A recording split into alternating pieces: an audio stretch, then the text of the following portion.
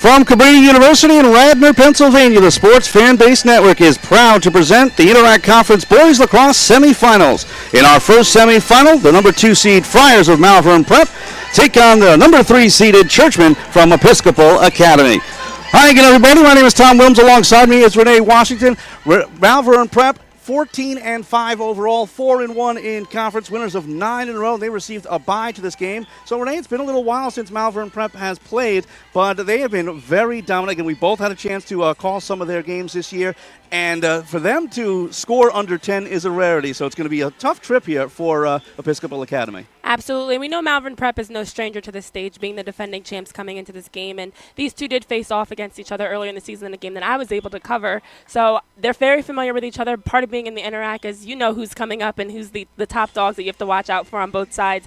But I am interested to see this rematch here because we saw Malvern Prep get the win in April and really catch Episcopal Academy flat at times. So if Episcopal Academy can come out with a different intensity defensively, they might be able to have a different game. Who knows, in a different outcome. Speaking of Episcopal Academy, 12-6 overall, 3-2 in conference. They've won 10 of their last 11, defeated Germantown Academy to get to this game by a final of 10-8.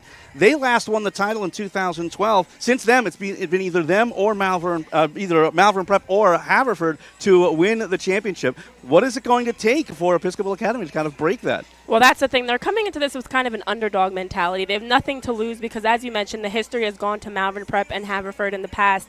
And so this is just a matter of coming in, playing good lacrosse, and seeing what happens. The previous meeting was back on April 3rd, right here on the Sports Fan Base Network. It was an 8-4 Malvern Prep win. And as I mentioned earlier, to hold Malvern Prep under 10 is a pretty good undertaking. But, again, Episcopal Academy is going to have to try to find a way to get some offense. It's going to be very tough for them. If you take a look at some of the face-off guys for both of these teams, that is such a huge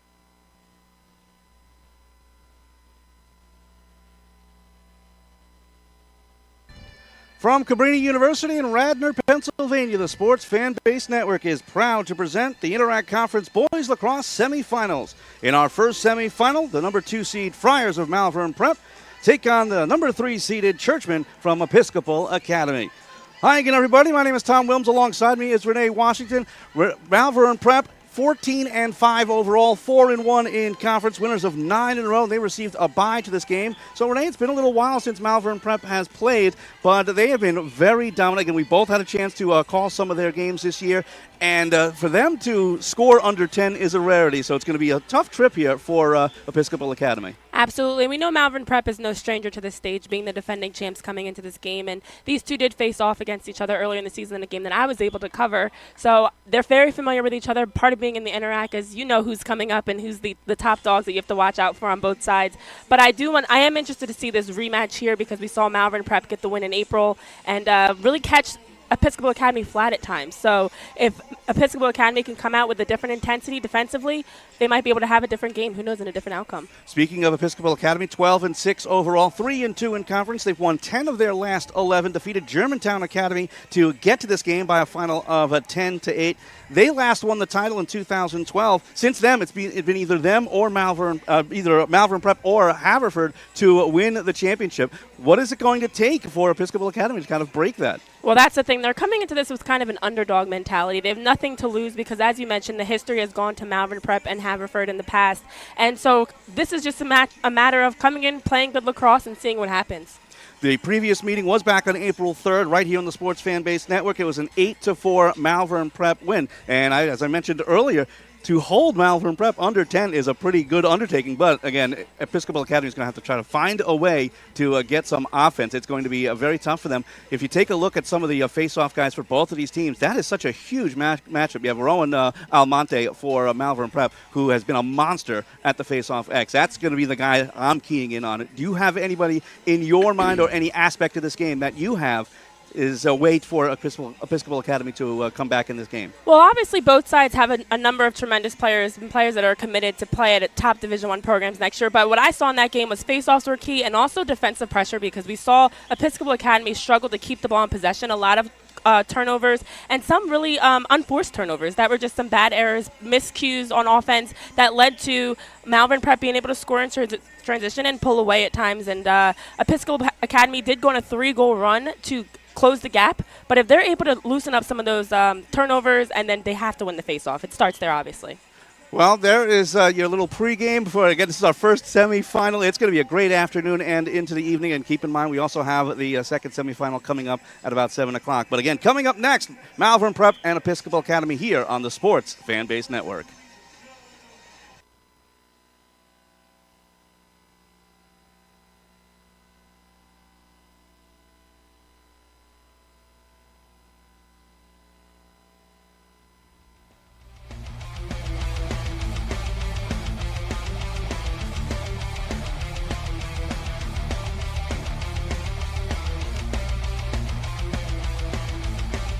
Hi, I'm Tommy Green, former pitcher for the Philadelphia Phillies.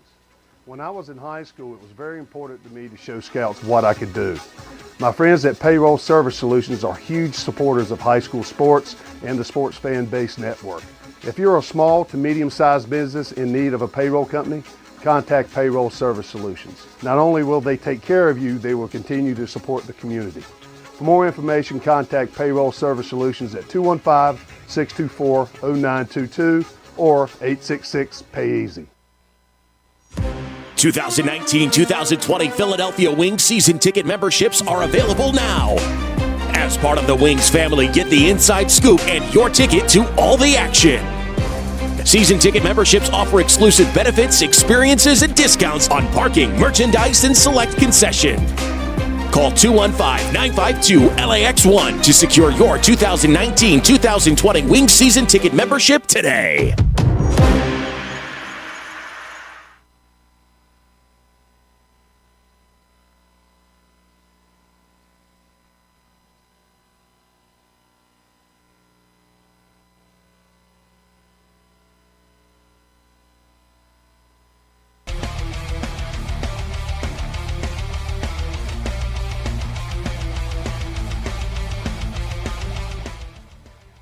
Welcome back, everybody. Once again, we're live from Edith Robb Dixon Field here on the campus of Cabrini University. It's our first semifinal, the Interact Boys Lacrosse semifinals, featuring the Churchmen from Episcopal Academy and the Friars from Malvern Prep. Again, I'm Tom Williams. Thanks so much for joining us alongside me, Renee Washington. We mentioned during the pregame, face-offs going to be a huge possession, as it always is in this game. Again, there is no shot clock, so again, you don't have to rush to shoot.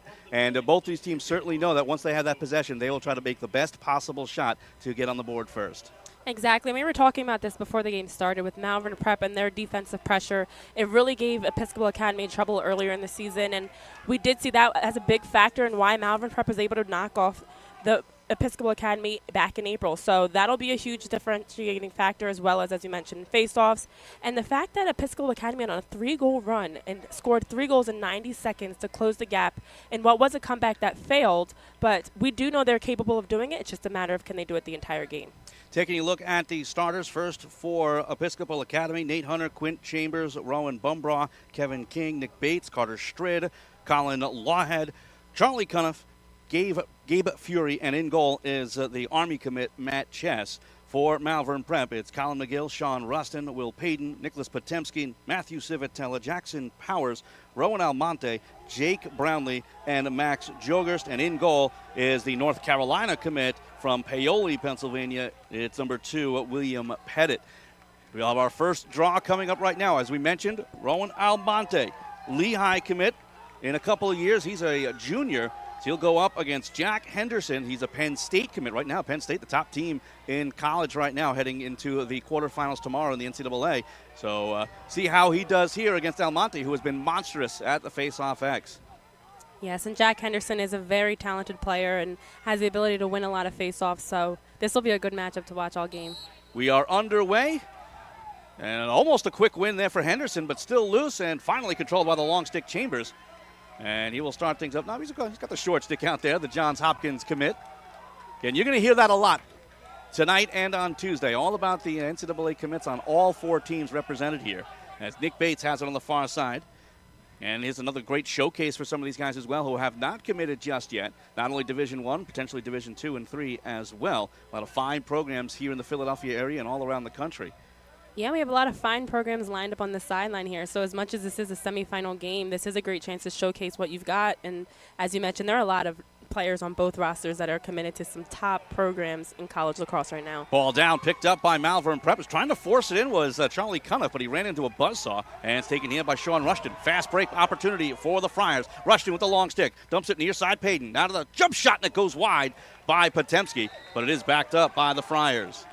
So first opportunity of the game belongs to Malvern Prep on the counter punch.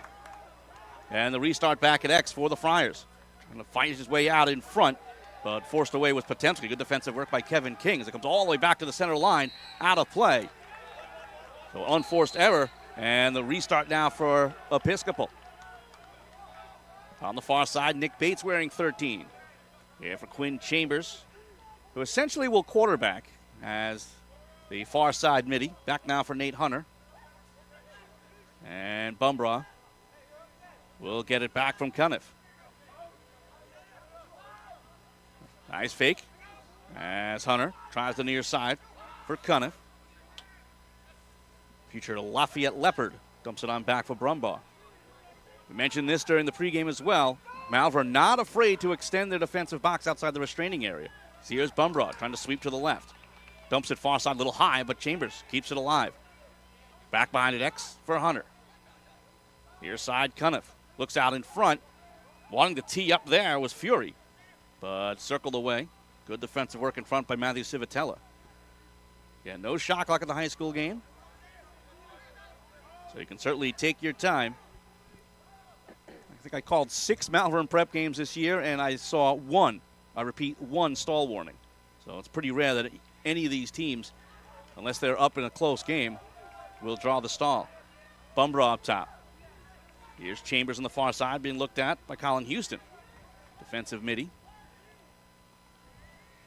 Chambers tries to swim his way through. Back behind Hunter. No cutters. He's being harassed by Max Jogerst. Forced all the way back to the top of X. Cunniff goes to the right, goal line extended. No help. Hunter back behind. Nice look out in front. Shot and just high. Good quick stick by Bates, but can't get it to go. Backed up by Episcopal Academy.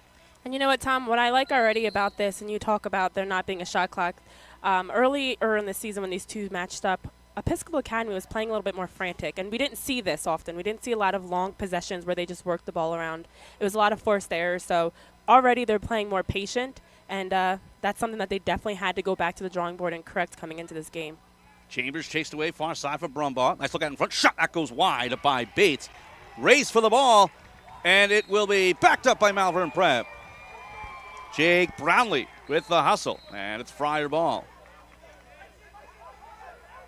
So both teams have had their opportunities, still scoreless though. 8:33 to go in the first quarter. Over the center line, tossed over here for Evan Lotz. And inside the box, eventually back behind it, X for Potemski. They'll usually go 2 back behind it, X. They'll switch things up. Potemski trying to sweep his way around. Good defensive work though by Kevin King. Lotz with it. And play is blown dead. Not exactly sure why. My guess is they didn't like the ball. The ball maybe a little old. Maybe. A unique call as they throw the ball up to the woods. Something pretty rare. You don't see that very often, but kind of like in baseball. Oh, they don't like the ball. Change it out. Doesn't happen too often in lacrosse, though. So here's Lotz. Back around for Jack Jogerst. He'll try to power his way in. Fires and it's blocked. Comes towards the crease. And scooped up, though, by McGill. Champ Doyle. Now for McGill once again. And here's Lotz. Cuts outside against Carson Fisher. Back behind, Payton. Looking for cutters, no help. Not a lot of movement out there for Malvern Prep as the goalie comes out and forces. Shot comes in, save by a Chess. So he came out and threw the little push check, got back in his crease and made a nice low save. Yeah, and Chess had his hands full before, and I know that he's probably still feeling the pressure of the last game that they played, so he's already making his presence known as we've seen in these early minutes. 7:15 left to go. Dumped all the way down as the keeper for Malvern Prep, Pettit, was way out of his crease. So Chess figured, why not give it a shot? Very rarely does a goaltender score in this game. Early in the game, I wouldn't call that a mistake. You'll take that chance. I don't think he's doing that fourth quarter in a close game. Possible double team, trying to dump it up ahead. Houston, ball down. Houston still digging for it.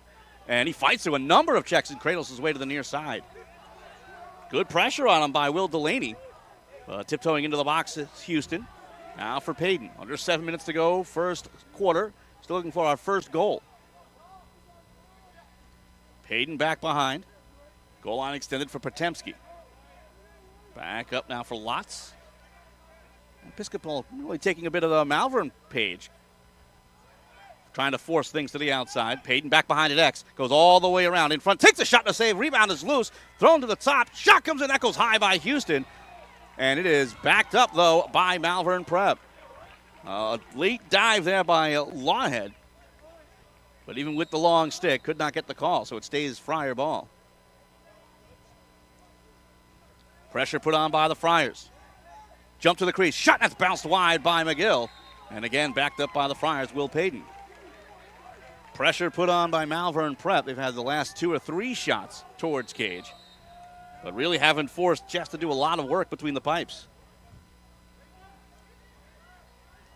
So here's Payton, sprinting back behind.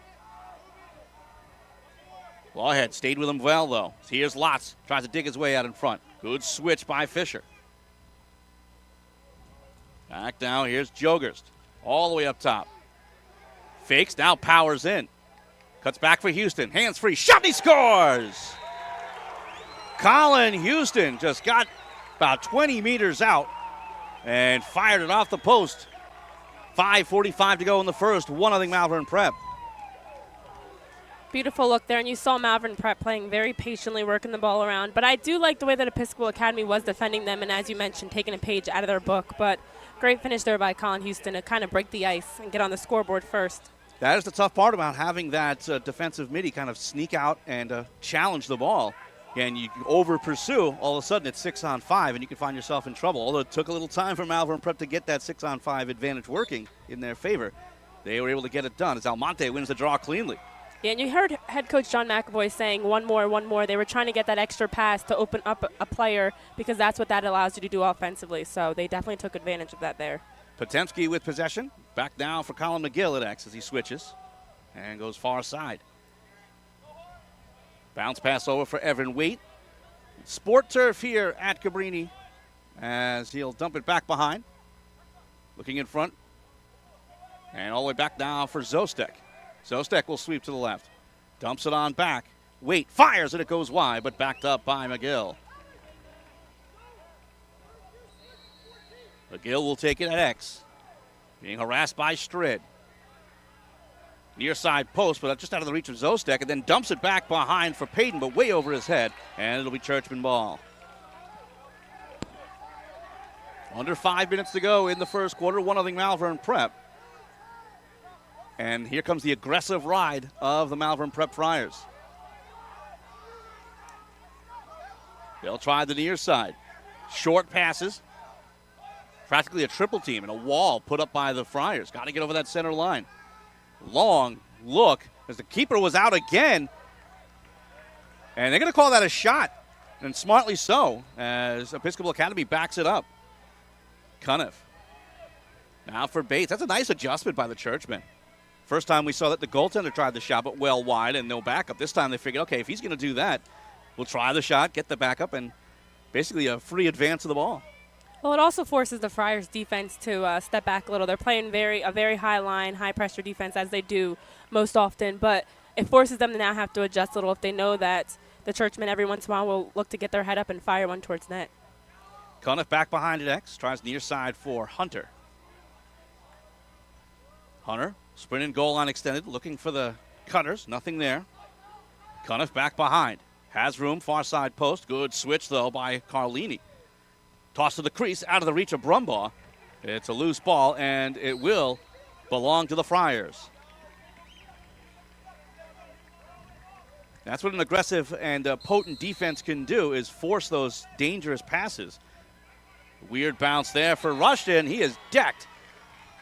And they're going to call loose ball push. It'll be Malvern Prep ball. Just like a pass interference in football, you have to time it just right. That was a close one there.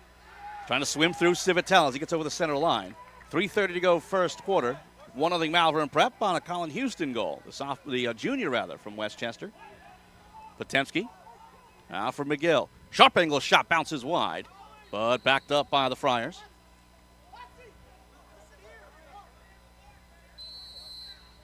We do have an outside chance of rain in the area at 6, 7 o'clock, so we'll certainly keep an eye on that. That'll change up the footing for not only this game but the next one. We hope it all stays away.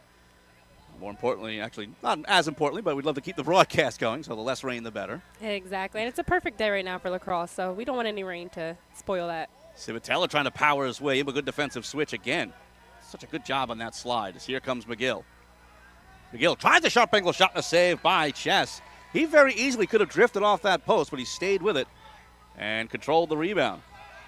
Matt Chess, the Army commit, is ready to go in this one, although he has let one in. That pass across, knocked away from Zalderden, and controlled here by Malvern. Irvine, senior from Westchester, drops off for Houston. And now Mitty changes for Malvern Prep. 2:22 to go first quarter. Interact Conference semifinals. Malvern Prep leading 1-0. Houston back behind for McGill. Trying to get out in front, but blocked and now covered in the crease. And an easy scoop up by Chess. A little trouble with it on the far side by Carson Fisher. That little bobble almost allowed Malvern Prep to set up the ride, but instead powers through for the clear. Doesn't want to get back over that center line. Getting hacked down was Brumbaugh.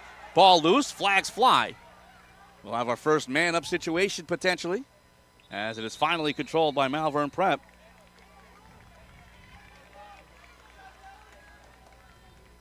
So we'll keep an eye on the call. My guess it'll be a push for 30 seconds. Usually when you have two referees throwing laundry, it's going to be a pretty obvious call with no argument.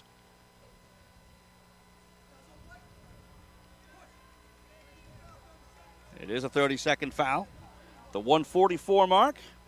So that'll release the 1:14 mark, barring a goal. First man up of the game for the Churchmen. As it is, they said Eric Spanos. Oh, it is Spanos. He's a sophomore and he's already committed to Maryland.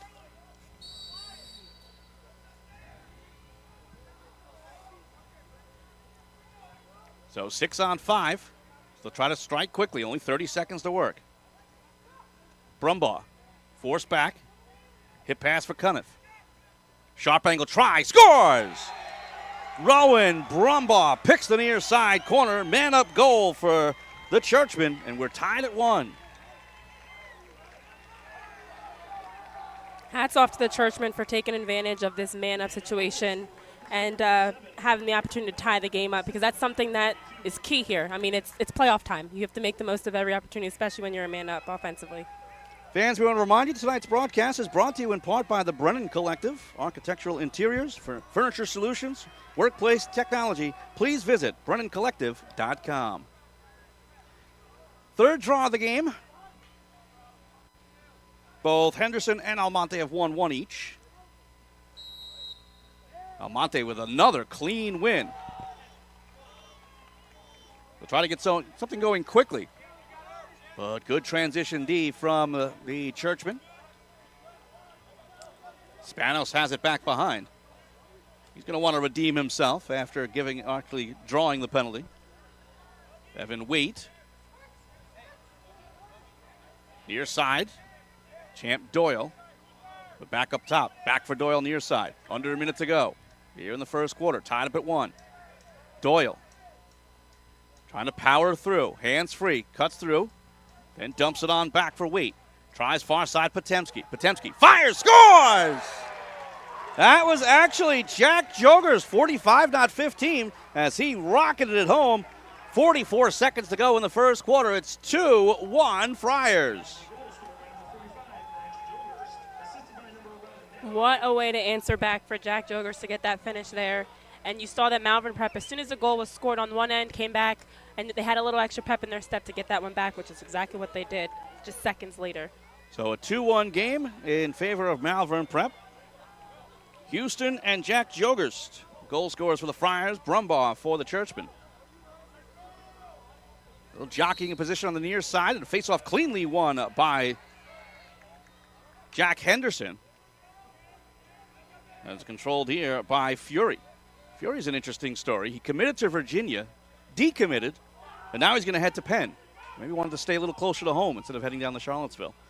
Here's Brumbaugh trying to power his way in. Big shoulder barge by Matthew Irvine. Jarred the ball loose and taken over by Brownlee. 19 seconds to go. They'll see if they can get a fast break going. So here comes Rushton, the long stick midi. Steps up, fires, and a save by Chess. And he'll swallow up the rebound. 8 seconds to work. But it looks like the Churchmen may decide to just eat it. Well, 3 seconds. They'll have to try home run pass into traffic. Oh, almost skipped over for Brumbaugh. But that'll do it for the first quarter.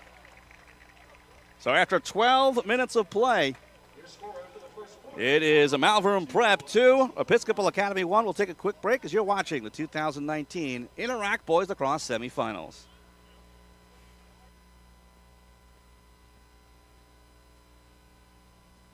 Hi, I'm Tommy Green, former pitcher for the Philadelphia Phillies. When I was in high school, it was very important to me to show scouts what I could do. My friends at Payroll Service Solutions are huge supporters of high school sports and the Sports Fan Base Network. If you're a small to medium-sized business in need of a payroll company, contact Payroll Service Solutions. Not only will they take care of you, they will continue to support the community. For more information, contact Payroll Service Solutions at 215-624-0922 or 866-PAY-EASY. 2019-2020 Philadelphia Wings season ticket memberships are available now. As part of the Wings family, get the inside scoop and your ticket to all the action. Season ticket memberships offer exclusive benefits, experiences, and discounts on parking, merchandise, and select concession. Call 2-1. They took on a team, Everest Academy from Canada, so they are not afraid to face the top competition.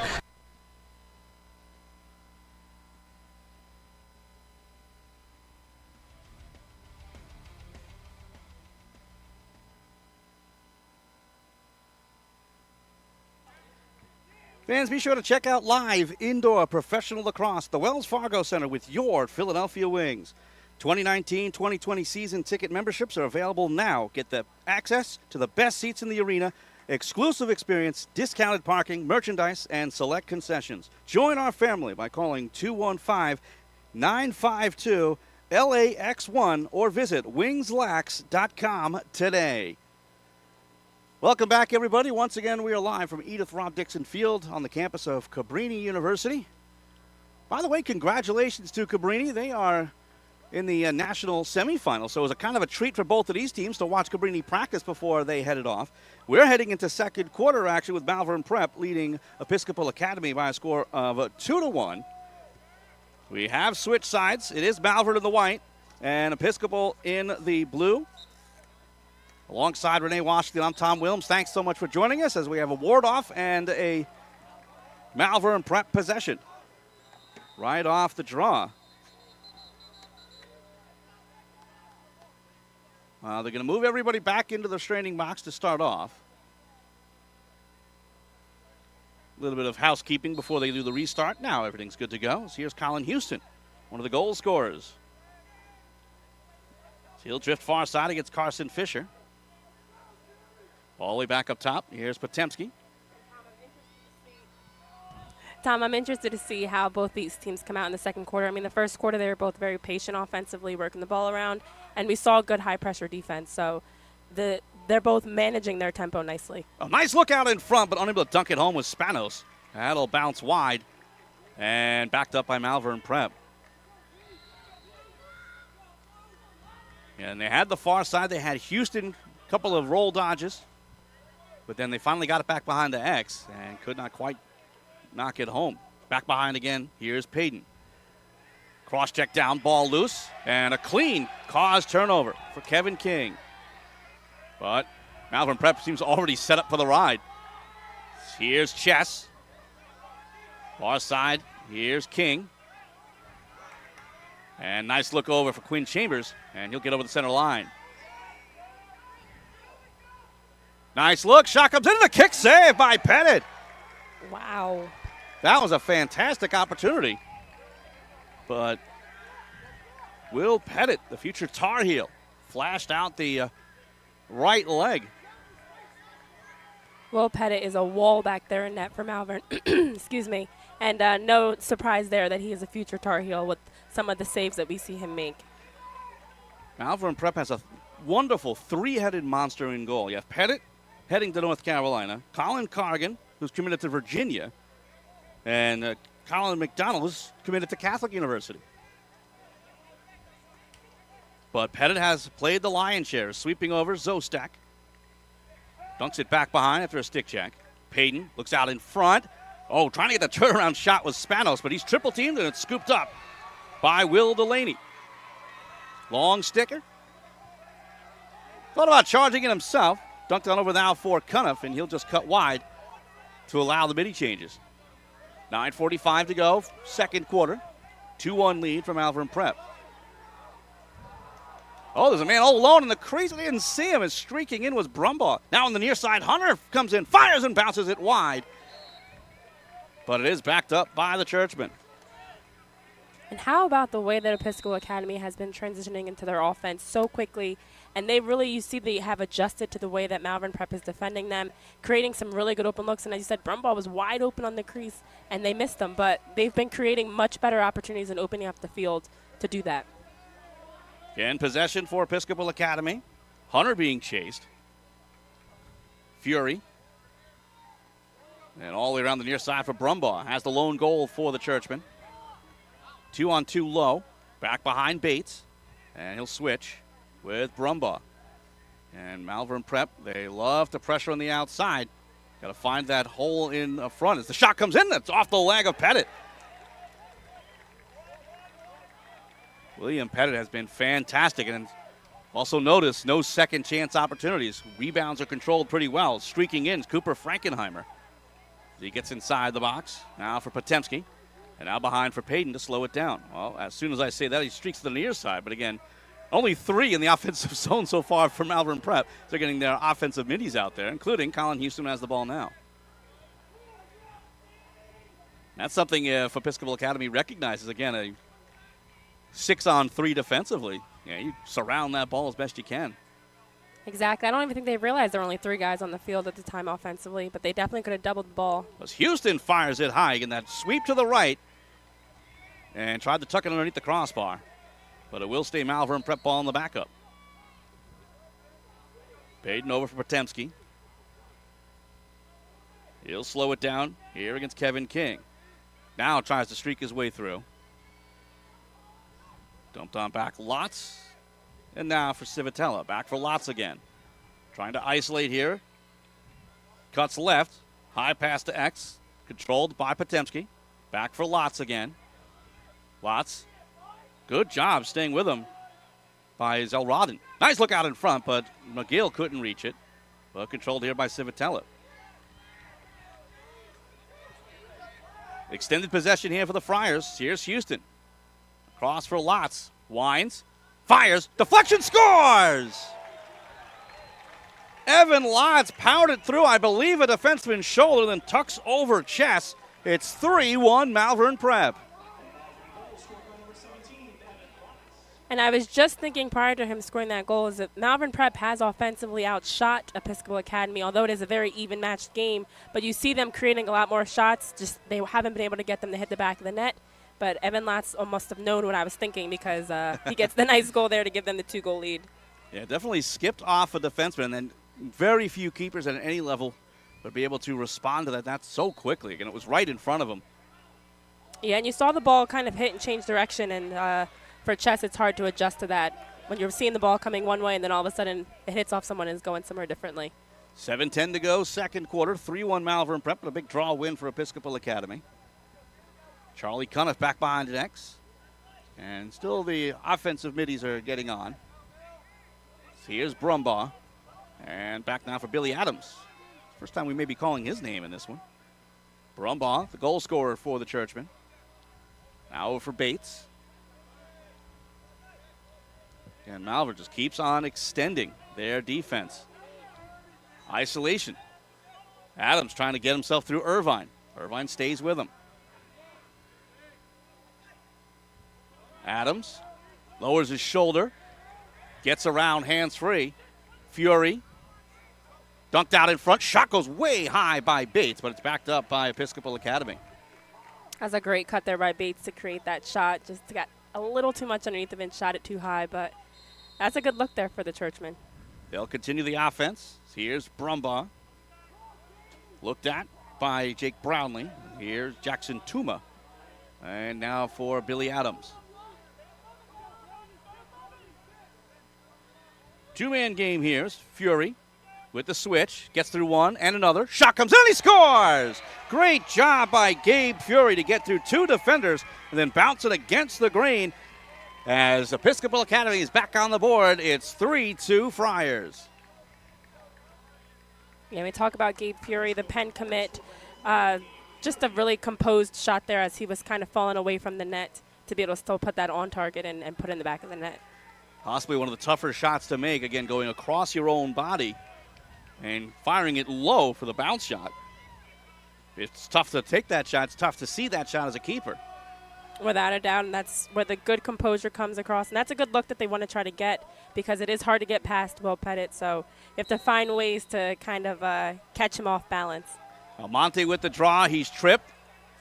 And no flags there, but he maintains possession. That might have been just allowed him to continue. It's just a lot of pressure put on. And then finally taken away. Here's Henderson. Henderson, the face-off man, dumps it across. Shot comes in and he scores! Charlie Cuniff with a rocket low. And this game is tied at 3. Wow. Just a gutsy, gritty, hard-working play there by the Churchmen. You saw some physical battles around the midfield line, and then just to come down and score seconds later, I mean, 17 seconds after the previous goal, that's what they're able to do, and we've seen them do that in the past, and you have to watch out when they get hot like this and go on a run. That was a great job by Episcopal Academy. Again, technically they lose the draw, but they don't give up on it, especially Henderson, the face-off guy. Usually once you lose it, you tend to run off and get the defensive midi out there or offensive midi to replace you, but he stayed with it. He gets the assist on the Cuniff goal. So we're tied up at 3. 5:44 left to go. We have a procedure call, and it'll be Malvern Prep ball.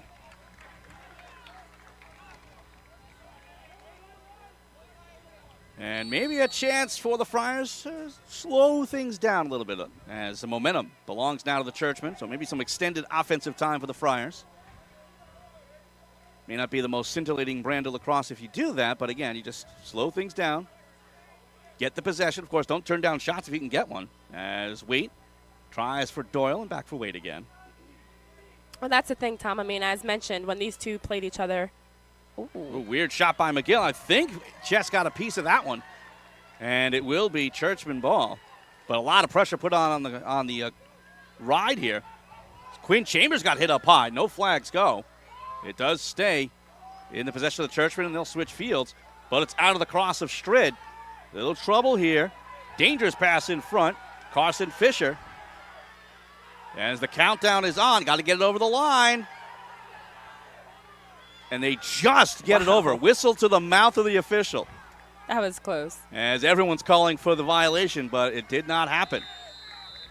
Now it does look like there might be offside here. Oh, it is going to be a timeout called by Episcopal Academy.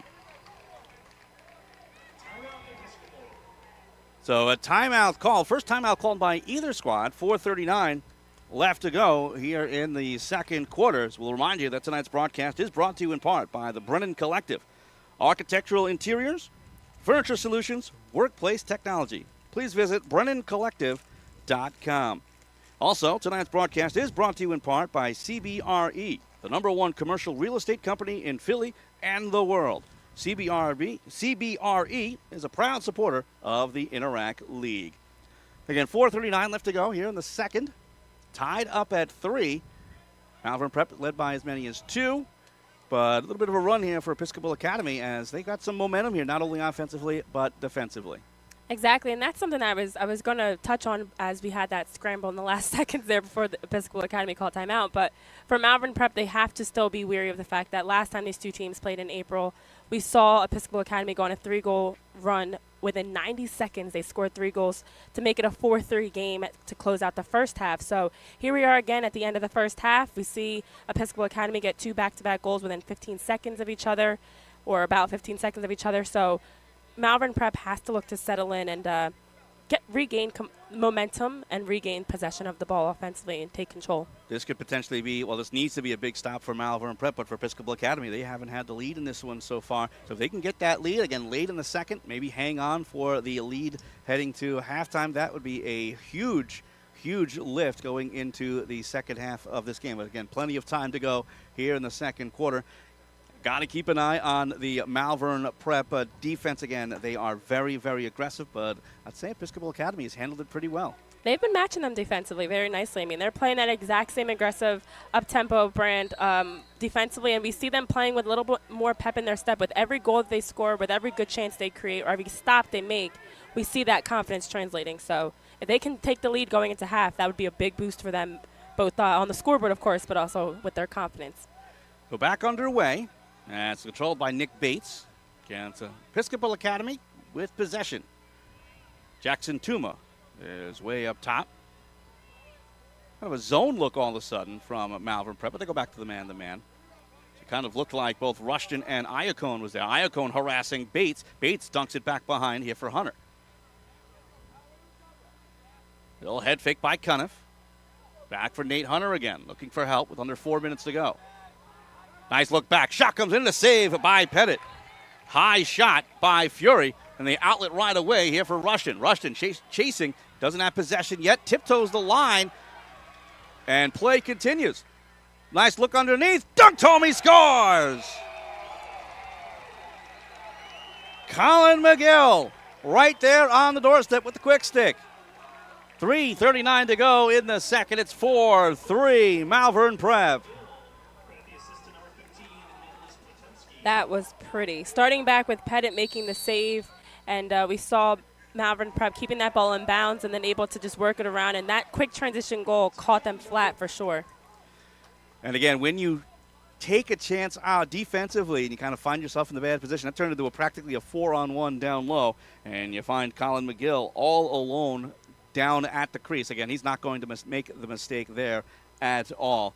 As we have another timeout call, this one by Malvern Prep. And interesting decision to call a timeout here, simply because, again, they took the lead. Maybe they're wresting back momentum. What do you think this timeout could be about?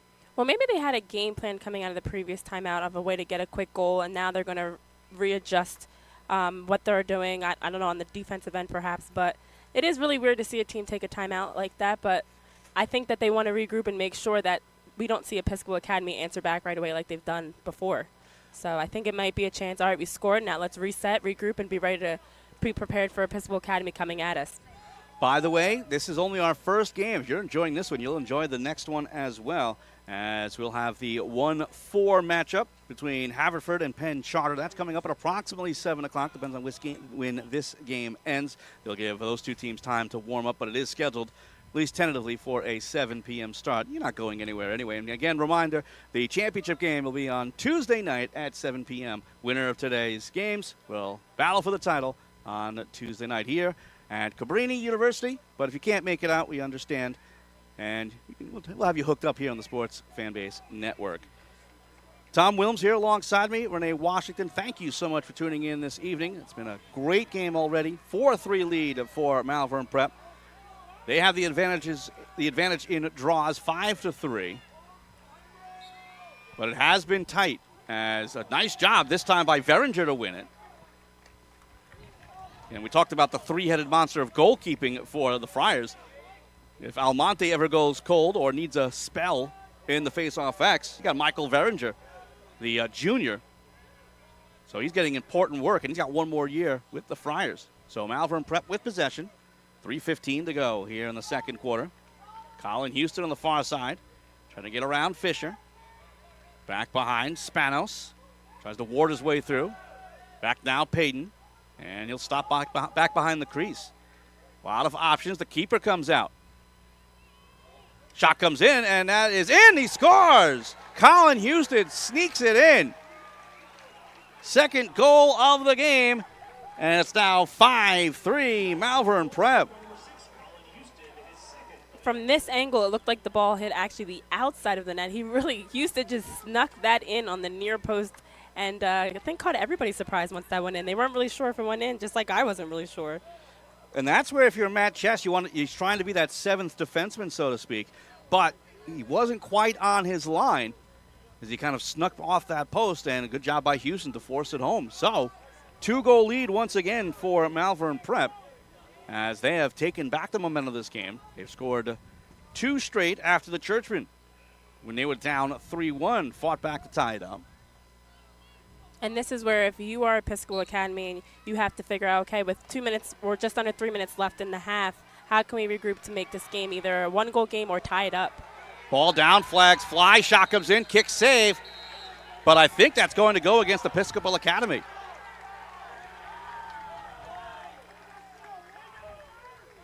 And that draw was very close to being won by the Churchmen, but they could not pick up the ground ball.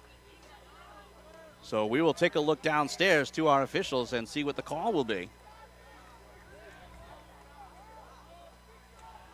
As taking the knee is Charlie Cuniff. It is a 1-minute cross-check, so first man-up opportunity for the Malvern Prep Friars.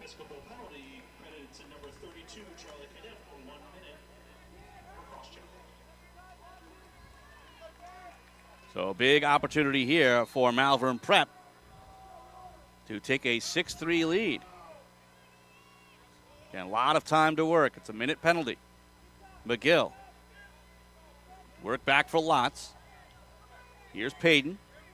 Near side Civitella, sharp angle, shot, just missed the post as Colin McGill saw daylight. Tom, I think we had a great angle on that shot to see it just miss the post, and that it was about inches away from making this a 6-3 game. 38 seconds of the man up. So here's Payton. He'll try that same play. Shot comes in, bounces and scores! Colin McGill, second of the game, the man-up goal for the Friars, and it's 6-3. Deja vu. I think we just saw that happen with a different outcome. But, hey, I guess if it almost works once, why not do it again? And for Malvern Prep to make this a 3-goal game, that's what you need to do. You need to find ways to put the ball in the back of the net and catch Episcopal Academy flat like they did to score those 3 straight. And you were right on that previous shot. We are right behind the camera, and the camera had that great angle. And you know what? The nice adjustment from McGill. Instead of sailing it high this time, just bounced it home. And it kind of looked like Chess was on his toes, anticipating the high shot. Exactly. As the draw is won by Episcopal Academy. And we were talking earlier about them going to the locker room or going to the halftime break with a lead. Now they're just trying to survive and keep this game close. We're heading down to the 2-minute mark. What an explosion by the Friars. But again, Churchman ball. Now down to 2 minutes. Cuniff, far side. And he will get it back from X. All the way across, Tuma. Up top, here's Fury. Isolates against Max Jogerst, but instead works it around. Around the horn to the far side for Cuniff. Midi change. Nice look near side, 1:30 to go. Sharp angle shot, that's deflected. Good job getting the cross in the way by Brownlee. But it will be backed up by the Churchmen. 1:24 to work in the half. Down by 3. Cuniff now for Bates. Near side, Brumbaugh. Being chased outside by Carlini. Brumbaugh has it again. Brumbaugh. Back behind Bates. Tries the far side, comes out in front. Tries a shot, race for the ball, and it's going to be backed up by Episcopal Academy. Ugh. Out of the cross, it did look like Carlini had the edge. That was a close one. But I love the hustle there and the effort by both guys. 48 seconds to work. Tuma. Trying to ride through here, Fury. Dumps it over, jump, shot, and a save. Loose in the crease and scooped up by Jackson Powers. 35 seconds left to go in the half. Malvern Prep in real no big rush. Dunked over for Houston. Along for Rushton. Long stick midi. And timeout called by Malvern Prep. Much like in basketball, I'm thinking Well, let's get that last opportunity. Maybe shoot with 10 to 5 seconds left. Make sure you get the really nice opportunity to close out the half very strong. You know what? Last time out we were talking about, okay, they just took the lead. Why did they take the timeout? Well, it shows what we know. They took that timeout and they took it and ran with it. And scored a couple more goals. A 6-3 game with 24 seconds left to go here in the second half. It's kind of been a seesaw game, each team having a large number of opportunities. But right now, it's the Friars who are that much closer to getting to Tuesday's championship game. Exactly. I mean, it has been back and forth. I know Malvern Prep had more shot attempts and nearly double what Episcopal Academy had in the first quarter, but this second quarter has been even in shots. Turnovers, I mean, you see on both ends of the field that the defensive pressure is there. It really is just a matter of which team was able to be more composed around the net and finish. And we saw Charlie kind of have a great composed finish, staying balanced for Episcopal Academy. But then again, we saw 3 straight goals by Malvern Prep within 70 seconds of each other, from the first to the third goal to take this 3-goal lead. So in a game of runs and a game of momentum like this against a top team like Malvern Prep, that's a tough hole to dig yourselves in if you're Episcopal Academy. If you're the Churchman right now, you've got to be thinking this is a huge stop. Down by 3 is tough enough against this Malvern Prep squad. But down by 4, that's a whole other animal. As if you're Malvern Prep right now, you just want to get a good shot here. Again, it's not desperately need to score, but you want to get a quality shot, maybe as early as possible. You already have lots back behind backing up at X. So let's see how this plays out. As the clock runs, 20 seconds left to go in the half. Lots has it back behind the cage. Isolates there against Matt McCarthy. Then drops it back behind. Goes to McGill. Look to the crease, but it's out of the way of Payton. Down to 9 seconds to go. Fires. Scores! Wow. Matthew Civitella just picked it up, fired it towards the cage. Chess got about 90% of it, but it trickles over the line. Civitella, again, not a massive goal scorer. For the most part, a defensive midi. But once in a while, those offensive guys, they get rewarded. He got the ground ball and gets the goal. 6 seconds left to go here in the second quarter. It's a 4-goal Friar lead. Wow, and that just trickled in. I mean, Chess nearly made the save there, and you see the ball rolling in. But 6.6 seconds left. That's exactly what we were talking about, what Malvern Prep was going to draw up to get that last chance to score before we go into the break. Good news for both teams is both their face-off guys are capable of the quick win. That's the last thing they wanted here is a violation. It'll be Malvern Prep ball with nothing coming off the clock. They'll scoop. Clock starts. Taken by Irvine. Irvine settles in. Nice look up ahead, but the pass is low for Potemski. Comes in towards the cage. Dunked away by the keeper, Chess. And that is how the half will end. A huge run of 4 goals to close out the second quarter as Malvern Prep will take a 7-3 lead. We'll take a break. We'll come back. We'll recap the first half and come back for second half action in just a few minutes. You're watching the 2019 Interact Conference Boys Lacrosse Semifinals here on the Sports Fanbase Network.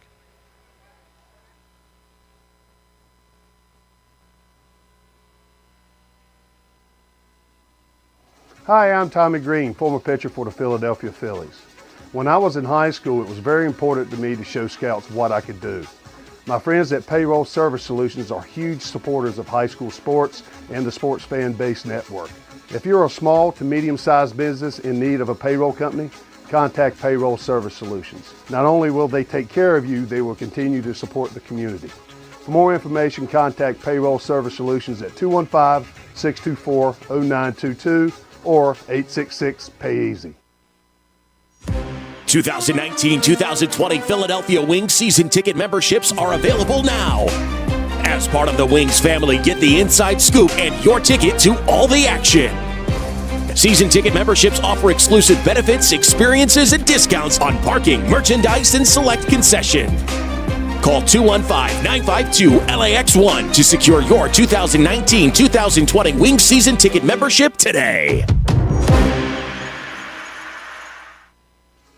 Hi, I'm Marty Bystrom, former pitcher for the Philadelphia Phillies. In my experience in Major League Baseball, I know how important it is for high school athletes to gain exposure.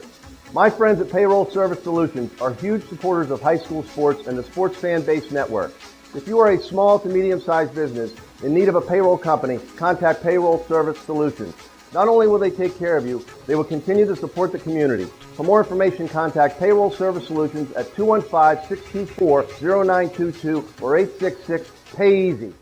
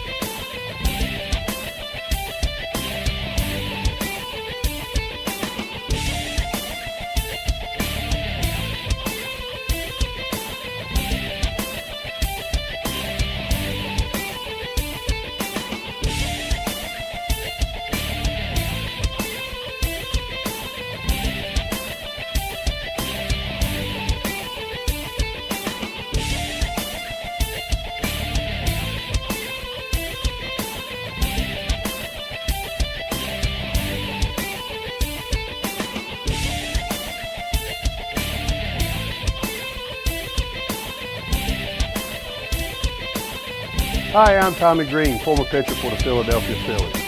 When I was in high school, it was very important to me to show scouts what I could do. My friends at Payroll Service Solutions are huge supporters of high school sports and the Sports Fan Base Network.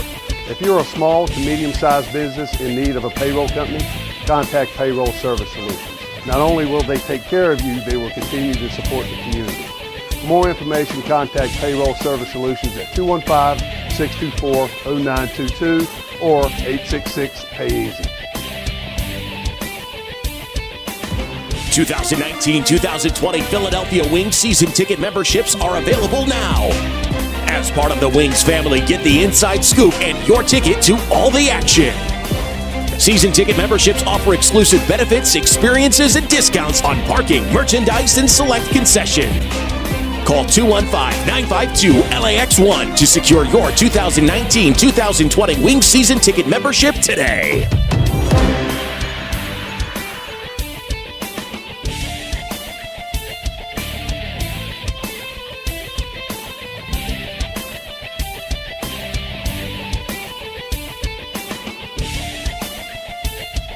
Welcome back, everybody. Once again, we are live from the campus of Cabrini University here in Radnor, Pennsylvania. We're at the half, and it is a 7-3 lead for Malvern Prep over Episcopal Academy. I'm Tom Williams. Alongside me is Renee Washington. It was a back-and-forth first 24 minutes of play. It was a lot of fun to watch, but then, well, it's still fun to watch, but Malvern Prep just kind of stepping forward, 4-goal run to close it out. Exactly, and if you look at just 3 minutes and 40 seconds left remaining in the first half, Malvern Prep opened up the game, and we saw them score 3 straight goals and make this a very one-sided game. Now, for Episcopal Academy to be down to the defending champs like this, it's not over. All is definitely not lost, but it just makes the challenge a lot taller for them. The stakes are higher here, obviously being in the playoffs, and now it just makes it that much more difficult to come back. The start of this half will be absolutely huge. I'm thinking that Episcopal Academy will have to start winning some draws as they fell in that category 6-3. And if they can win some draws, get some possession, there's no real panic. Again, you're not down by too much. It is certainly possible. The great thing about the sport of lacrosse is you can roll off some goals very, very quickly. So I personally think it's going to come down to the face-off X. And if Episcopal Academy can just find a way to win them, get possession, get quality shots. There have been a number of times, and I'm sure you saw this as well, where they just rushed a little bit and weren't quite patient. But when they were patient, they were very, very successful offensively. Exactly, and I hate to say something so common sense, but you can't score if the ball's not being put on net, and that's something that we saw Malvern Prep was able to do. Some of the chances that they scored, including the 7th goal that they scored, was just on net, and Chess, unfortunately, unable to make the save, and you saw it slowly trickle into the net. For for Episcopal Academy on the other end, they haven't been doing that. Their shots have been a little bit more off target, and Pettit is a tremendous goalie, so to beat him, you have to stay composed, you have to get balanced shots and try to shift him to finish, which they haven't been able to do. One thing we certainly noticed in the goals that Episcopal Academy scored, there was a lot of weaving out in front, a lot of defensive movement, a lot of defensive sliding, forcing Pettit to go post to post, back and forth, and get him out of position. That is something I believe, and I'm sure you agree, that the Churchmen are going to have to do to get back into this game. Absolutely. He's going to make the saves that are in front of him. He's going to make the predictable saves, but you have to make him or keep him guessing, keep him on his toes. And if you can get him to shift a little bit and your movement off the ball allows for that, it is going to be a lot easier, I guess, for them to be able to score on him. But they cannot have the predictable straight-up offenses because Malvern Prep is a great defensive unit. They've got a ton of confidence, which, of course, is no surprise with Pettit behind them anchoring their defense, being that he is a top prospect and a top player on the field right now. So as for the Tar Heel and net, you have to find ways to be more dynamic offensively. Well, we'll take a quick break, and when we come back, we'll have second half action coming up as you're watching the 2019 Interac Boys Lacrosse Semifinals here on the Sports Fan Base Network. Hi, I'm Marty Bystrom, former pitcher for the Philadelphia Phillies. In my experience in Major League Baseball, I know how important it is for high school athletes to gain exposure. My friends at Payroll Service Solutions are huge supporters of high school sports and the Sports Fan Base Network. If you are a small to medium-sized business in need of a payroll company, contact Payroll Service Solutions. Not only will they take care of you, they will continue to support the community. For more information, contact Payroll Service Solutions at 215-624-0922 or 866-PAY-EASY. 2019-2020 Philadelphia Wings season ticket memberships are available now. As part of the Wings family, get the inside scoop and your ticket to all the action.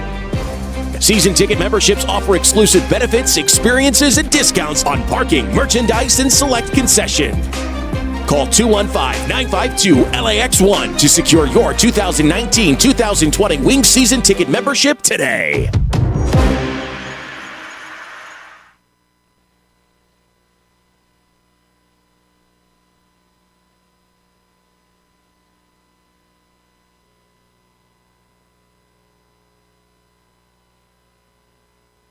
Sophomore attackman Will Payton.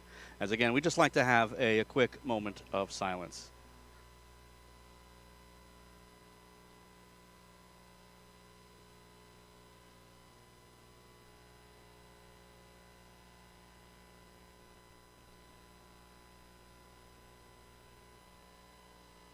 – 2019-2020 Philadelphia Wings season ticket memberships are available now.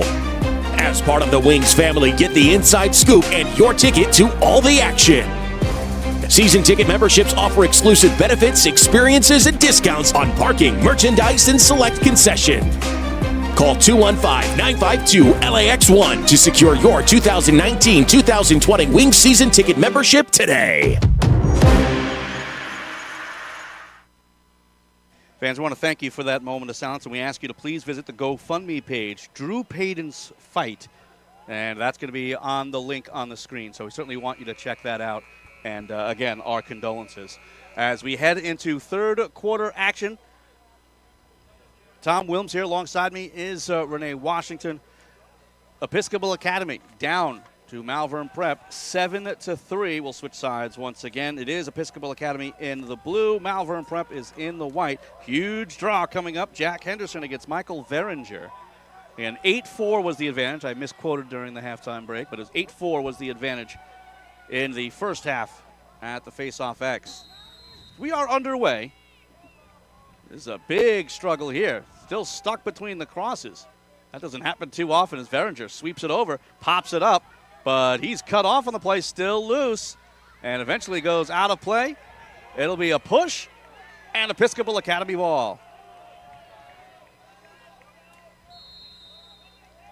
So mission one accomplished, get possession. Exactly, and that's what I want to see from the start of this half. I mean, it's the semifinals. Every second, every play counts, so why not go out from the very opening whistle and battle to start off the half and let the other team know we're ready to go. Again, this is the season. This could be the high school career for a number of these guys, as much as a number of them are NCAA commits. This, for some guys, may end their lacrosse careers. So you certainly don't hope it doesn't.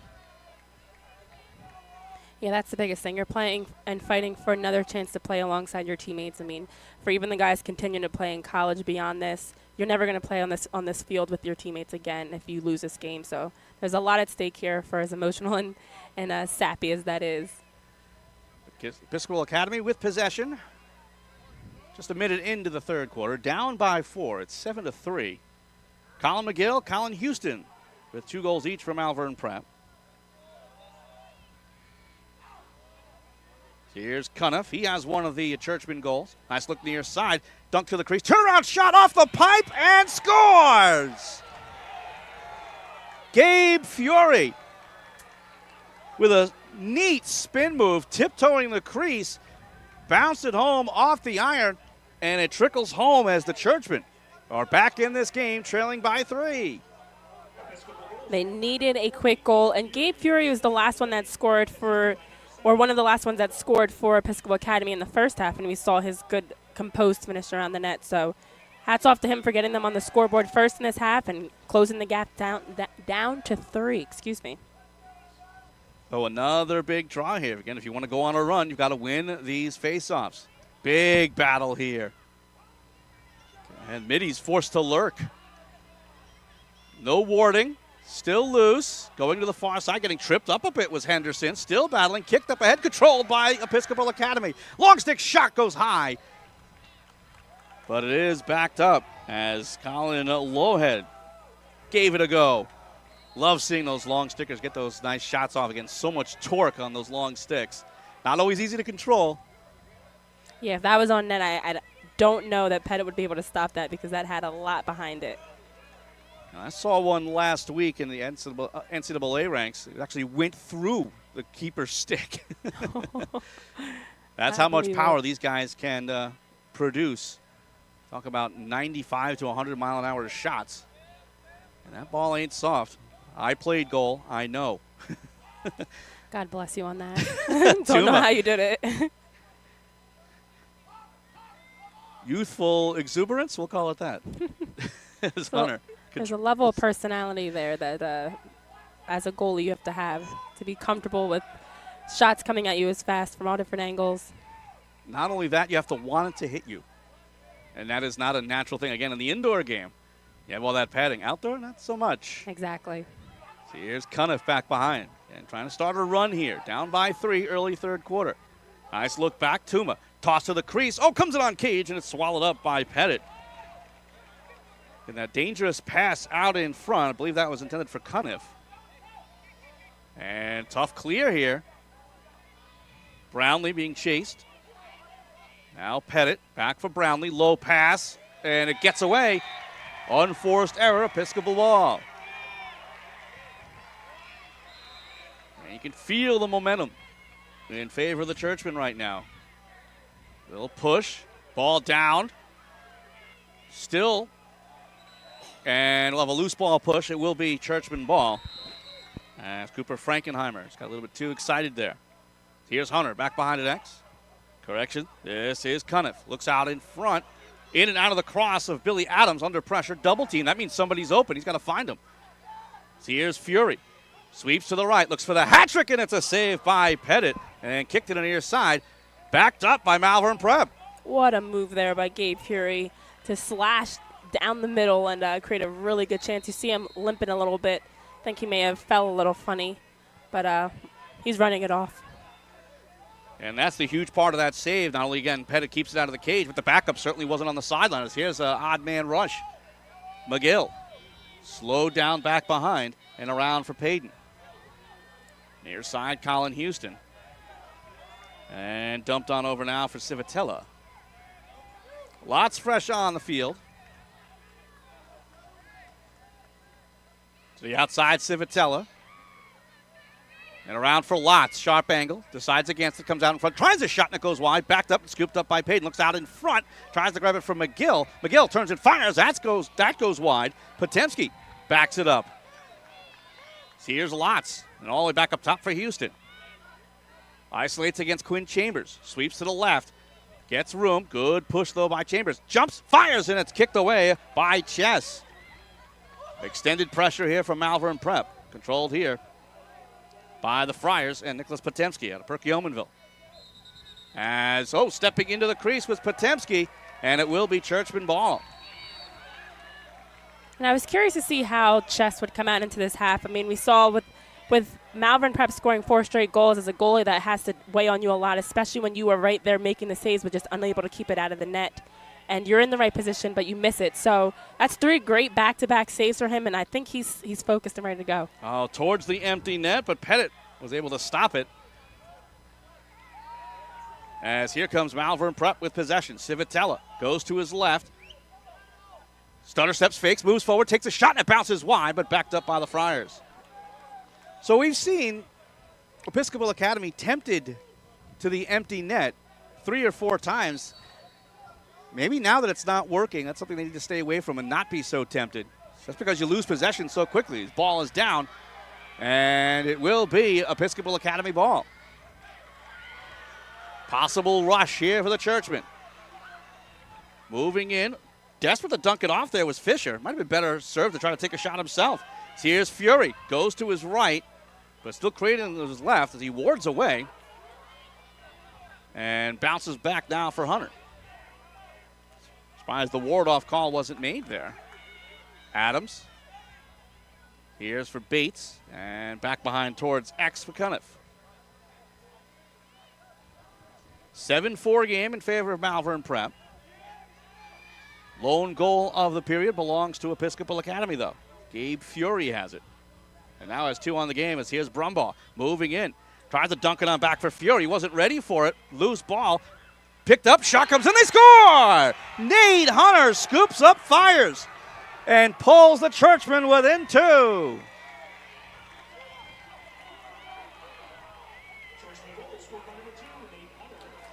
That's the second or third time we've seen that today. With just a broken play, pick it up. Hey, I'm close. Let's fire it home. Exactly, and that's that gritty play, and we definitely have seen the Churchmen do that a couple of times this game. I mean, that's what you have to make this game about. It doesn't have to be pretty. You've got to make it a grudge match, and you've got to be the team that plays with more heart and is just not hesitating. And that's what happened there. I mean, we saw Nate Hunter able to just pick up a loose ball and with no hesitation put the ball in the back of the net. So 2-goal run here for the Churchmen. Big draw again as Episcopal Academy has won the first 2. Still loose. Loose ball push. Nope, it's going to be a Malvern Prep possession. Thought there might have been a loose ball push the other way. Instead, Matthew Irvine restarts for the Friars. Sweeps his way to the right. Being chased there. But then dumped back behind here for Potemski. Now for Payton. Payton with the head fake. Now back for Zostek. Cade Zostek, Jr., and commit to Penn State. Zostek powers through to the left. Back up, though, for Waite. Across the far side, Doyle. Now with X for Payton. Looks out in front, shot and a save. Ooh, what a save. Matt Chess with a great reaction and scooped up by Carson Fisher, trying to get through a triple team. Ball down, but followed up by McCarthy. And he'll throw it across for Bates. There's a lot of room out there if they can get some trailers, but looks like Nick Bates is going to slow it down. Treasure the possession here. We've seen them a few times. The Churchmen have had numbers on the transition, but have actually slowed the ball down and set up their offense. I'd like to see if they would be a little bit more quicker to attack the goal there when you have numbers to try to get a good shot while Malvern Prep is switching lines. Tossed across near side for Brumbaugh. Really extending defensively is Timothy Mitchell. And Brumbaugh is going to try to beat him, and does, but he's forced to the outside. Back behind to X, looks for Cutters. Now over Adams. Here for Bates. To the left, trying to get to the right, takes a shot, and it's kicked away by Pettit. High in the air it goes, off the cross of Brumbaugh, still chasing. Long stick mid, he picks up, it's Carlini. He gets tackled down, flags fly, and it will be a call against Episcopal Academy. Second man-up situation of the game for the Malvern Prep Friars. They are 1 for 1. As we'll see who the guilty party is.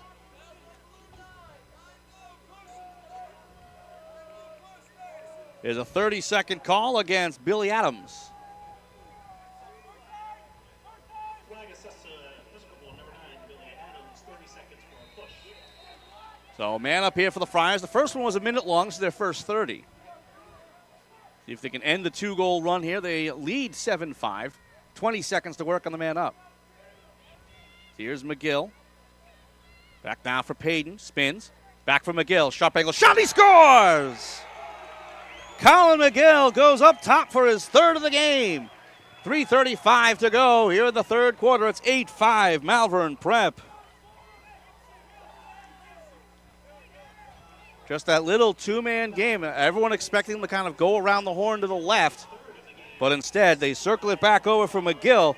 Again, when you go high to high with your shot, a lot of goalies are ready for that. But in this case, it looked like Chess kind of dropped his stick just a flinch, expecting the bounce shot. And it tucked right underneath the crossbar. Yes, and that's also the second time this game that we've seen Malvern Prep be able to take advantage of the man-up situation. So for Episcopal Academy, although I love the grittiness they're playing with, to lead to that foul, they're competing. But you do have to watch being down. You've got to play a little smarter defensively. First draw win of the quarter for Malvern Prep, but they lose possession, picked up here by Fury. So a turnover, and I'd call it a forced one, even though there's not going to be a CT awarded to anybody. So here is Bates trying to get away from Powers. And back now for Jackson Tuma. And now Hunter. Here side Brumbaugh. Looked at by Irvine. Forced to the outside, so he'll take it. So here's Cuniff. All the way across. Dangerous pass overs. That could have been picked off by Iacone. Instead, here's Tuma. If you're going to throw those long passes, it better be on the line. If you loop them, that's an easy interception. Tuma spins to his left, moves up, tries to get a shot off, knocked out of his cross by Iacone. Loose ball still, and then scooped up here by Rushton with the long stick under pressure. Up for Powers, and now for Iacone.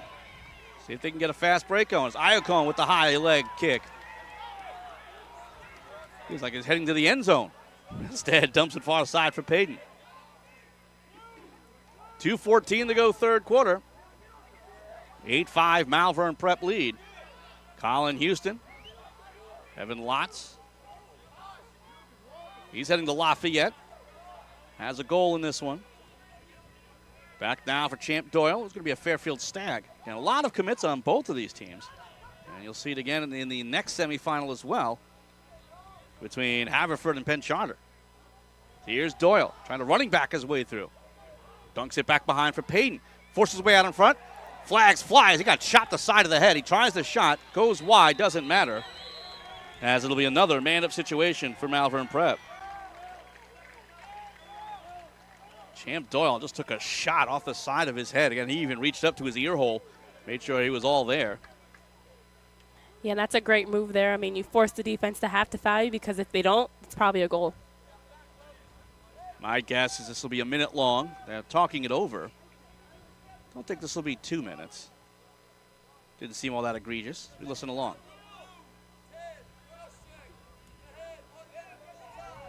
It is going to be a 1 minute unreleasable. So you can score as many times as you want. Compare that to a hockey major penalty.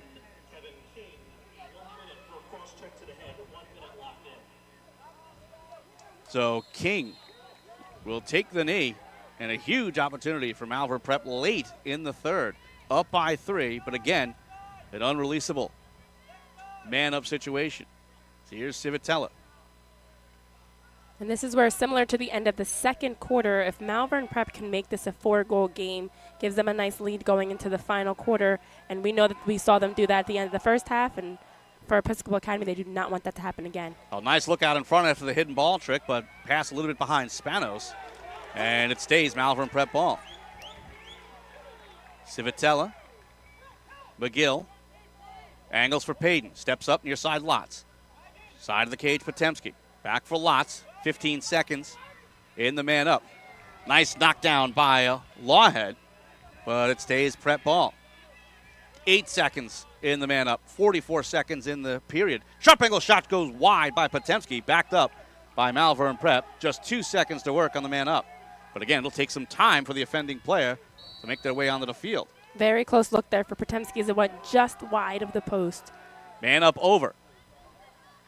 Sharp angle shot, score! Eric Spanos. Fake towards the middle, was cut off, so he just decided to power it home. So Spanos, the sophomore, out of Pottstown, future Terrapin, makes it a 4-goal lead. And talk about deja vu yet again. We saw this exact same thing happen at the end of the half where Malvern Prep had a close look and a chance to make it a 4-goal lead by Colin McGill's miss, and then he turned around and scored, and then once again Potemski almost scored, and they turned around and Eric Spanos put the ball away as we go into the final seconds of the quarter. 32.8 to be exact. Draws in the quarter belong to the Churchmen. 2-1, make that 3-1 as they get a big possession here. Henderson with control. Now for Bates. 25 seconds to go. And a little surprised they're actually substituting so often, really not able to get anything going. Trying to power his way through. Here is Bates. Double team. Dunks it over the pass high from Brumbaugh, and it will be Malvern Prep ball. I got to take that back as he drew in the double team. He had Brumbaugh, but the pass didn't work. 9 seconds to go. Nice long look up ahead here for Max Jogers. The long stick inside. Across, deflected over towards Houston. 2 seconds left. It'll go out of play, and that is how the third quarter will end.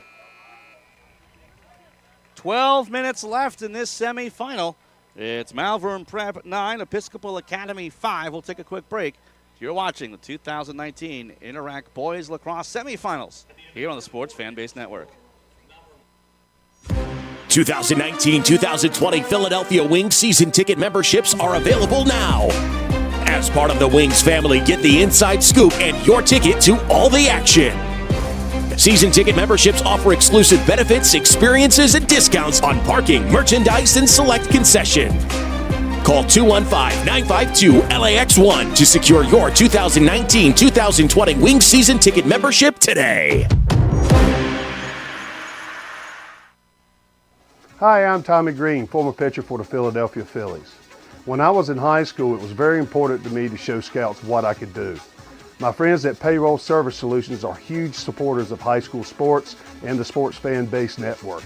If you're a small to medium-sized business in need of a payroll company, contact Payroll Service Solutions. Not only will they take care of you, they will continue to support the community. For more information, contact Payroll Service Solutions at 215-624-0922 or 866-PAY-EASY. Fans, tonight's broadcast is brought to you in part by the Brennan Collective. Architectural interiors, furniture solutions, workplace technology. Visit BrennanCollective.com. Fans, we ask you to check out, well, you want to check it out. It's live indoor professional lacrosse at the Wells Fargo Center with your Philadelphia Wings. 2019-2020 season ticket memberships are available now.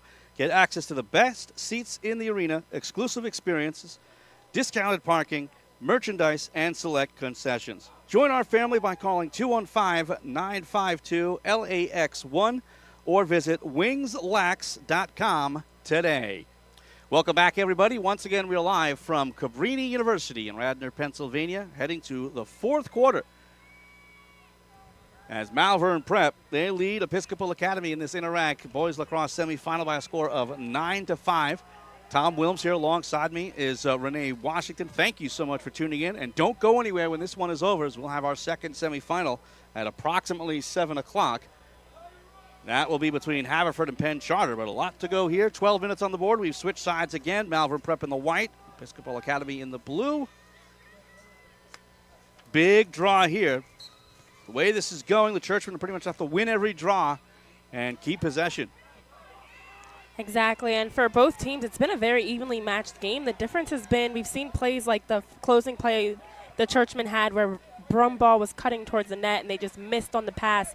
And then on the other end, Malvern Prep has converted on those chances. So it's just a matter of execution around the net, but both teams have created really good chances and good looks. So in this final 12 minutes, it's still anyone's game.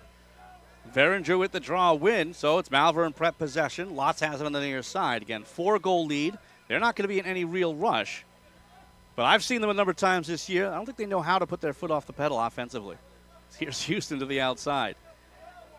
Nice look near side. Scooped up by Lotz. McGill all the way across for Houston. Tries to post his way in. Forced back behind. Now for McGill. Near side. Wanting to tee up was Spanos. Ball down.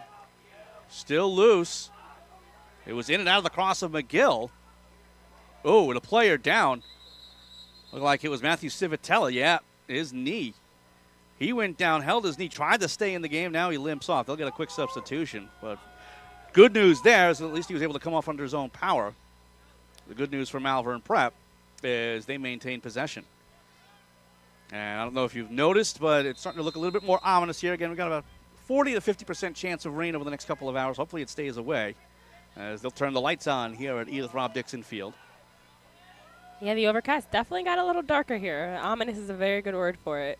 Nice look all the way across. Shot and a save by Chess, rather. Doesn't matter. And it was a legal pick. And we'll go the other way. Little trouble here by Quinn Chambers. And this is where ball visibility might be a bit of an issue. Again, it's dark here, and the lights are coming on now. So there might be a few minutes where it's tough to see the ball. So here's Fury. Brumbaugh as midi changes continue. Coming off is Chambers, coming on is Hunter, and Hunter has possession. Heading down to the 10-minute mark of this fourth quarter. Near side, Billy Adams. Now for Brumbaugh. Two defensive middies are extending deep outside the restraining box. Sweeping left here is Adams. Dumps back behind it X for Bates. Fury. Goal line extended. Bounces it wide. And controlled by Adams. Back up top. Tough catch by Brumbaugh, but he makes it. Now he dunks it for Fury. Little two-man game now. Fury with a head fake. No pick. Now back for Brumbaugh. Fires and scores! Rowan Brumbaugh, second of the game. And it's now 9-6 Friars.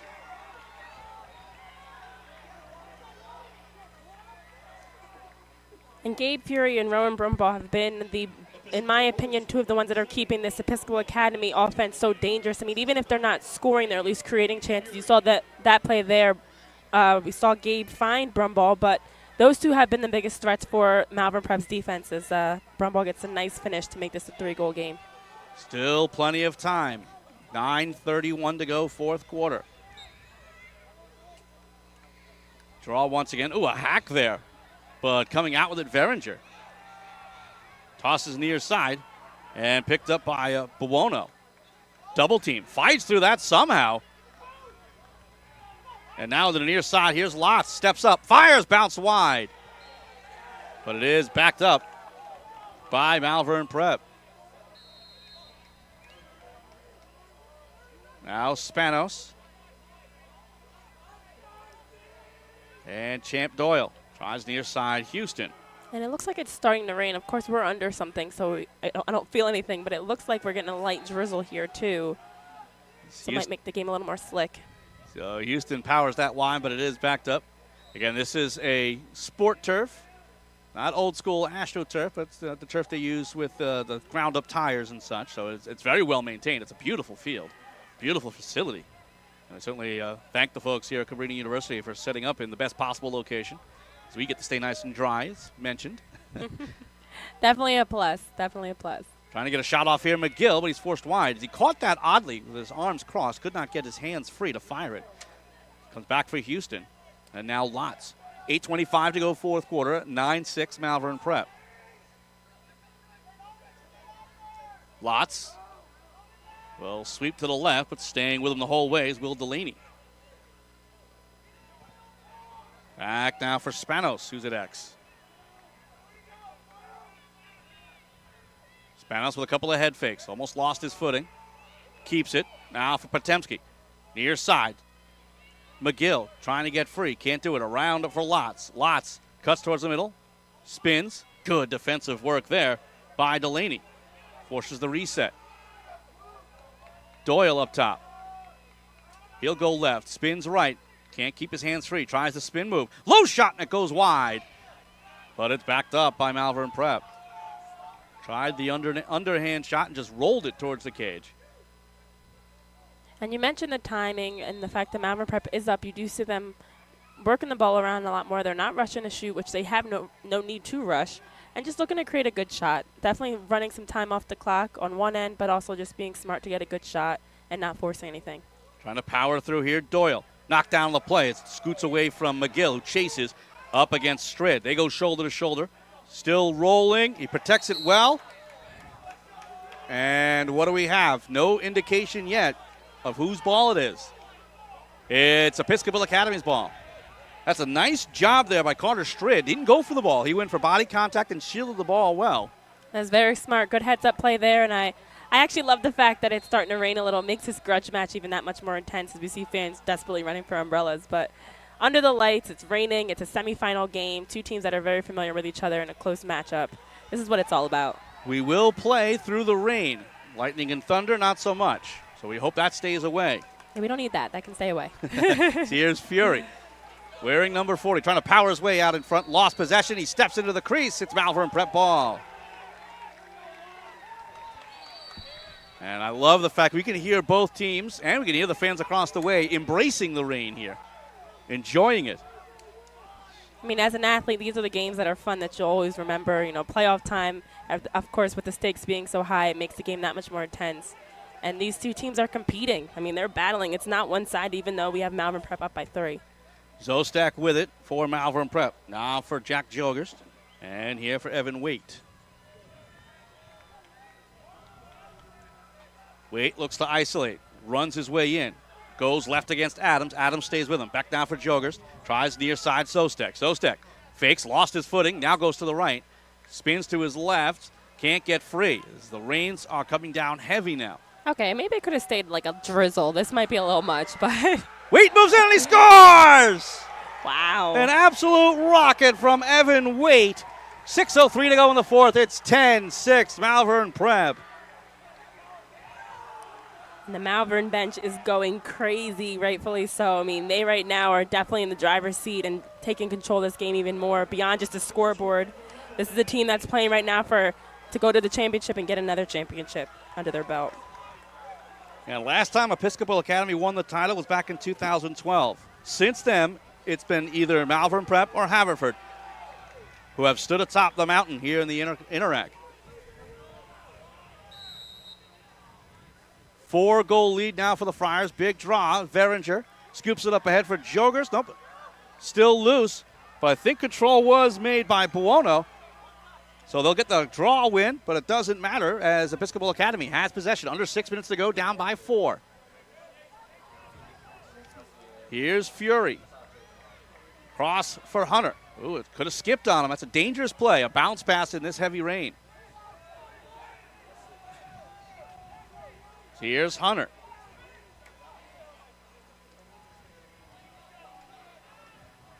Substitutions being made midfield-wise for the Churchmen. Far side, Tuma. Jackson Tuma looked at by Matthew Irvine. Tuma drives towards the cage. Back behind it, X. Tries near side, Bates. Back up top, Fury. Tries to swim his way through, ball down. But it's controlled here by Cuniff. Back up top for Brumbaugh. Comes to the near side. Bates wanted to tee up. Instead, he fires and it goes high. Flags fly. And let's see what the call will be. I believe he was pushed into the crease. As all three officials will get together. And this would be huge for the Churchmen if they can get a man up. Looks like they will.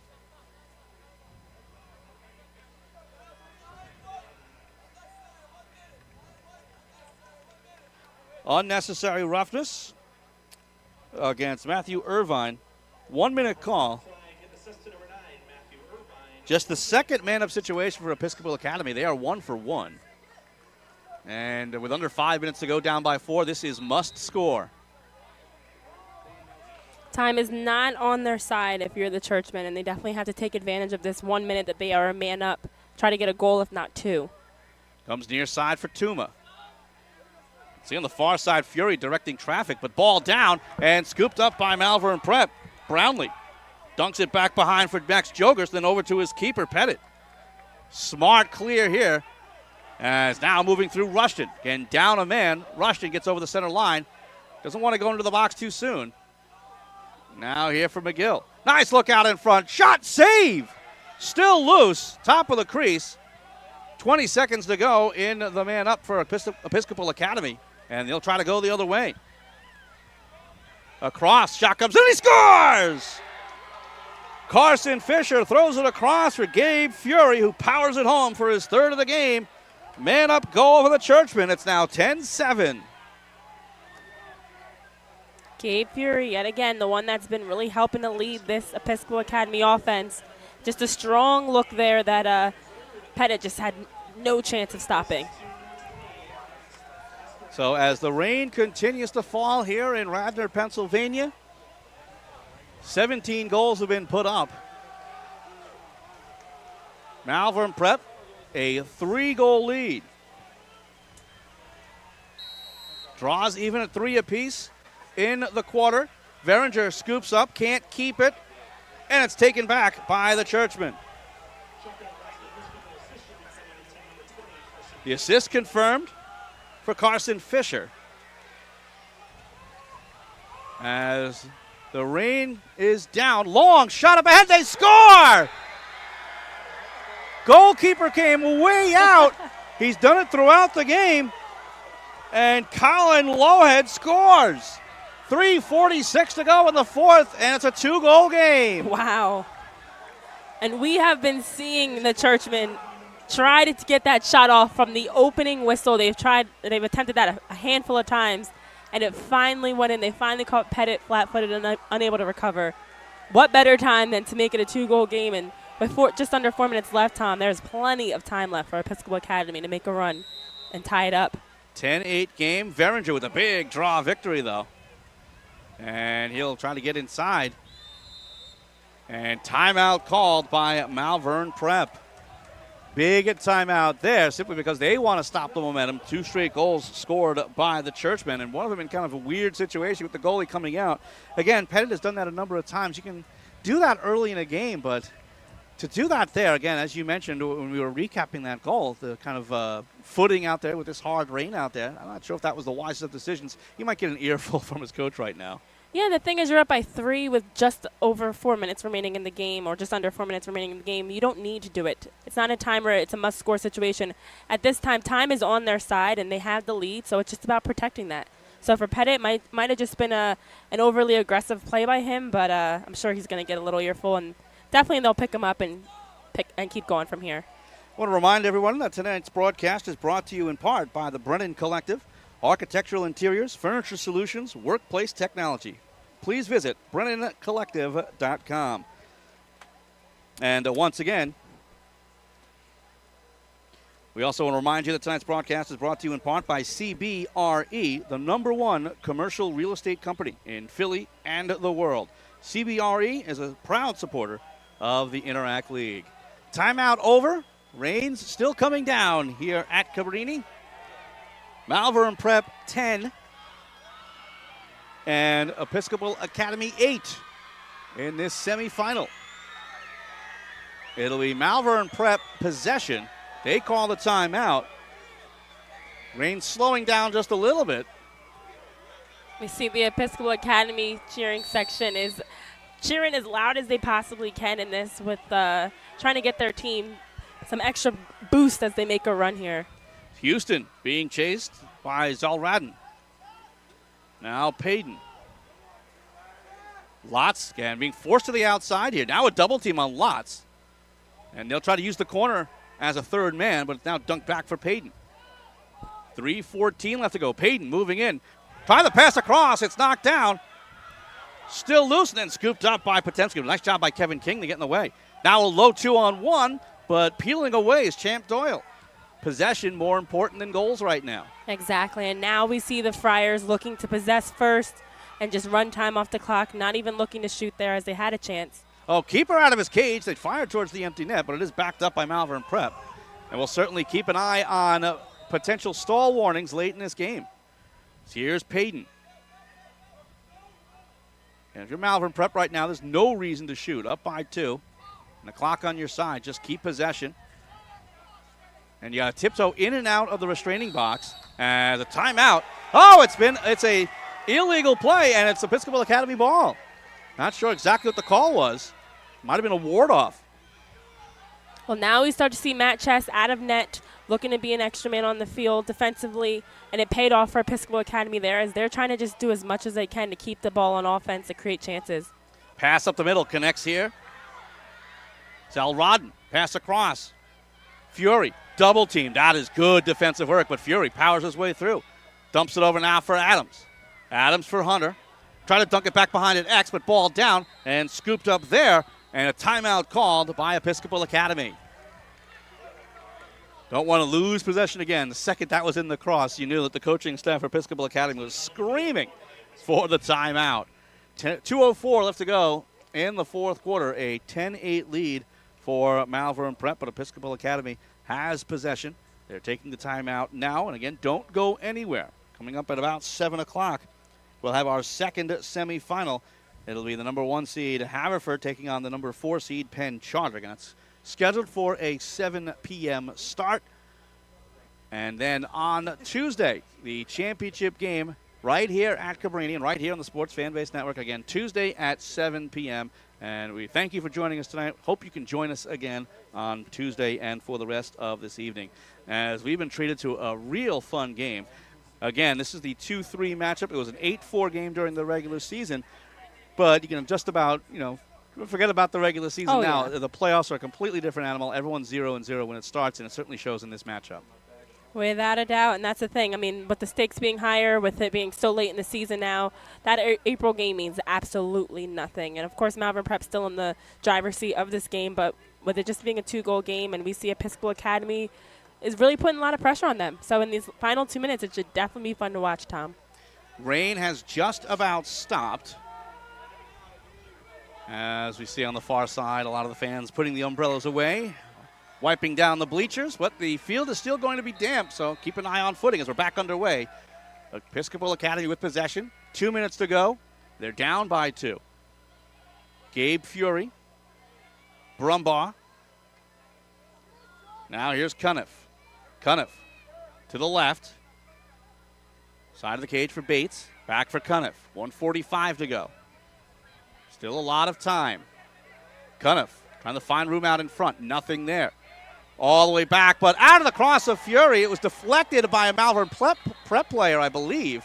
And it is going to be Episcopal Academy ball. That is a smart play there by Fury. The second he saw the deflection, he put his hands up and said, nope, it wasn't me. Exactly. And the official was right on top of it.